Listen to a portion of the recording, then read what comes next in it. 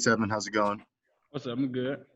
So now that Tyreek Johnson is in his third season with the program, how have you seen him coming along and developing both on and off the field, and what's the next step for him? Tyreek, that's my boy. We, you know, clinched, as soon as we got in here. And, Tyreek's doing good. He's smart, intelligent player. He gonna get it. Thank you.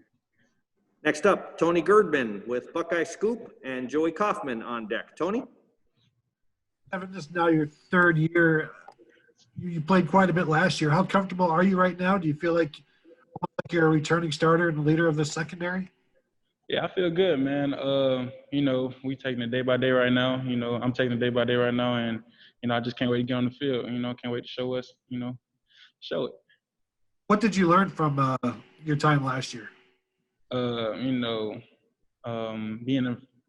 the backup for Jeff and Damon, a lot actually, because they're very smart. They're two different people, and I, get game from both sides, and I just, put it to my talent. Next up, Joey Kaufman with the Columbus Dispatch and Mary Smith on deck. Joey? Yeah, just wanted that. Where do you guys feel like you are with tackling? It's obviously it hasn't been something you guys have been able to work on much this offseason, but it's been kind of an issue in some of the earlier college football games. Well, right now, we don't got on no pads right now, so we, have a particular process that we do, to help when we get on pads, so we, we're not missing no tackles come game time, So we gonna that's gonna come. Next up, Mary Smith, WSYX Channel 6 and Spencer Holbrook on deck. Mary? Hey, Sevyn. What was it like just kind of waiting, being stuck in limbo to find out whether or not you're actually going to be playing this season with Big Ten? Yeah, that was a process. It was just a waiting game for real, but we always just trying to get ready so we could play. It's always ready. It's always good to be ready. Thank you. Next up, Spencer Holbrook, Letterman Row with Dan Hope on deck. Spencer?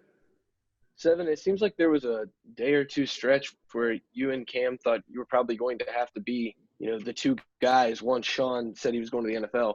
When he came back, I know he's one of the best cornerbacks in the country, but what was that? What were those couple days like to your thought process and just going through that process, knowing that you might have to step up even more if he would have left?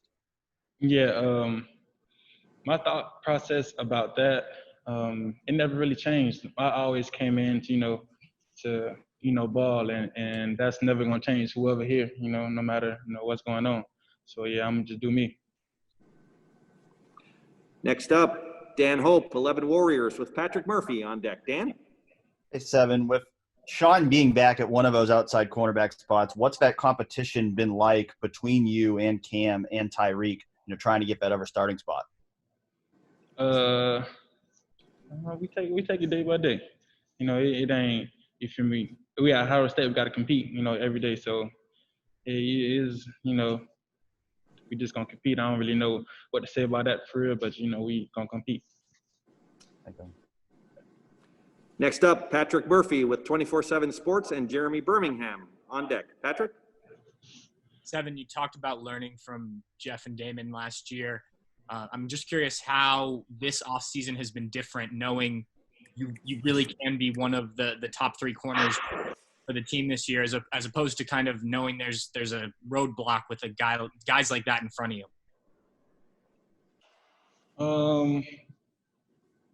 Yeah, like I said, I took both of their mindsets in football and added to mine, and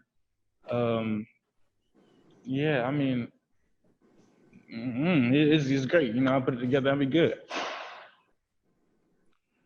Next up, Dan Hope with 11 Warriors. And wait a minute, who are we on?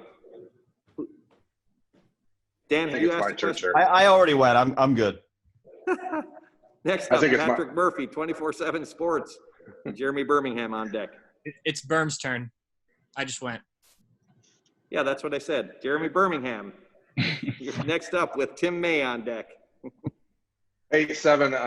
I was curious about the development of Marcus Williamson as a leader, as a guy who hasn't played a lot, for you and for Cam, what you guys have learned or gained from Marcus, just the way that he's been able to deal with the tough hands that he's kind of had to deal with in the last couple of years. Yeah, Everybody, is dealt some cards, and it depends on how you play it. And Marcus has been playing his cards, well. It's different, from being in the game and then just watching the game. You learn, you see a lot of stuff when you're not in the game, and when Marcus, is in, he applies of what he's seen and what he's been through over the years to the game, and he, very smart, intelligent person, and he put it together. He gonna be good. Thank you. Couple more questions for Sevyn. Next up, Tim May with Letterman Row, and we'll end with Nathan Baird. Tim? Thank you very much, Jerry. Two quickies, Sevyn. Number one, you've got that 24/7 necklace on. Usually that means always open, but what does it mean for a defensive back? Oh, no. For me, growing up, my first number was 24, and, my name is Sevyn, so that I used to play offense. I switched to defense when I was about maybe a junior in high school. And, they used to call me 24/7 all the time. And nah, this don't mean the wide receivers are always open. This ain't that. Yeah. Don't come over here with that. Nah. And the other thing I want to ask you, what does it take? You've been here for a while now. What does it take to show that you are capable of being a starter at Ohio State? What do you need to show Coach Combs and Coach Day the next several weeks and stuff? And what would you tell somebody if you had to explain to them what it takes to be a big-time starter at Ohio State in the secondary, which has got so much rep right now? Yeah, what it all come down to is just making plays, knowing what you're doing on the field and being smart. And, what I got to do different to be a starter, I don't got to do nothing different. I just do me and keep balling. Thanks, man. Mm-hmm. And we'll close out tonight's interviews with some questions or a question from Nathan Baird with Cleveland.com. Nathan? Yeah, two cookies for me, too, if I can take a page out of Mr. May's book. What deal did you make with Teraj Mitchell to get number 7? What happened? What means he did? I don't even know. I think last year, probably like halfway through the season, I'm like, T, man, I need 7. It's only right. It's only right, T. Like, let me, And then he was like, okay, cool. I'll give it to you. And that's how that kind of went. We ain't really arguing too much about it, but I had to pick his brain a couple times.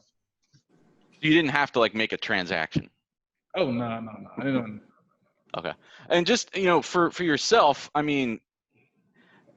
guess maybe for a lot of us, we think, well, what difference does a number make? But does that mean something to you? And, just as far as, the identity that you want to have, and especially for this season when there's, I guess, so much of a role potentially there for you, does something like that kind of factor into the kind of, I guess, attitude you can take onto the field or the presence you want to have as an athlete?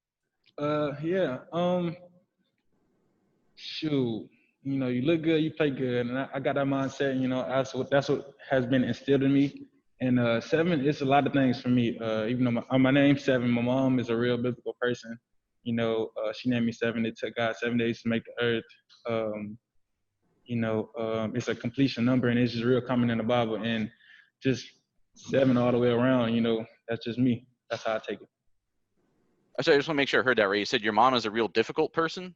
No, biblical. Biblical person. Yeah. Sorry. Thank you. I think that's an important thing to get right. Yeah. Great. Sevyn, thank you so much for your time this evening. We really, really appreciate it. And we'll see you down the road. Thanks again.